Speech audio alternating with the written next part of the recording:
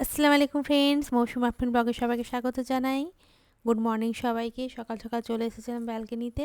দেখুন যে গাছটা নিয়ে এসেছিলাম কি সুন্দর ফুল ফুটেছে, আর প্রচণ্ড পরিমাণে হাওয়াও হচ্ছে, ঠান্ডা পড়েছে সেই রকম। এইদিকে আমি ঘরের সমস্ত কাজবাজ করে দুপুরে রান্নার জন্য রান্নাঘরে চলে এসেছিলাম।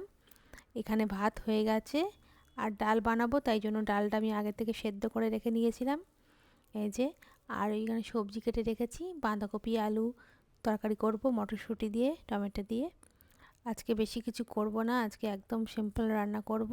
আর এখন বাজে দুপুর 12টা, তাও ঠিকঠাক করে রোদ বেরোয়নি, হালকা হালকা করে রোদ বেরিয়েছে আর প্রচণ্ড পরিমাণে হাওয়া হচ্ছে। জানলাটা খুলতেই পাচ্ছি না, এত জোরে হাওয়া হচ্ছে। আর এইদিকে আমি রান্নাটা বসিয়ে দিয়েছি। এখানে মশলাটা কষিয়ে নিয়েছি বাঁধাকপি রান্নার জন্য। আর এইদিকে ডাল বানাবো, তো ডালের জন্য ফোড়নটাও রেডি হয়ে গেছে। এবার ডালটা দিয়ে দেবো, এরপরে ডালটা আমার হয়ে যাবে। এদিকে বাঁধাকপিটা কষানো হয়ে গেছে। এবার একটু ঢাকনা চাপা দিয়ে রেখে দিয়ে শুকনো শুকনো করে নিলে তরকারিটা আমার কমপ্লিট হয়ে যাবে।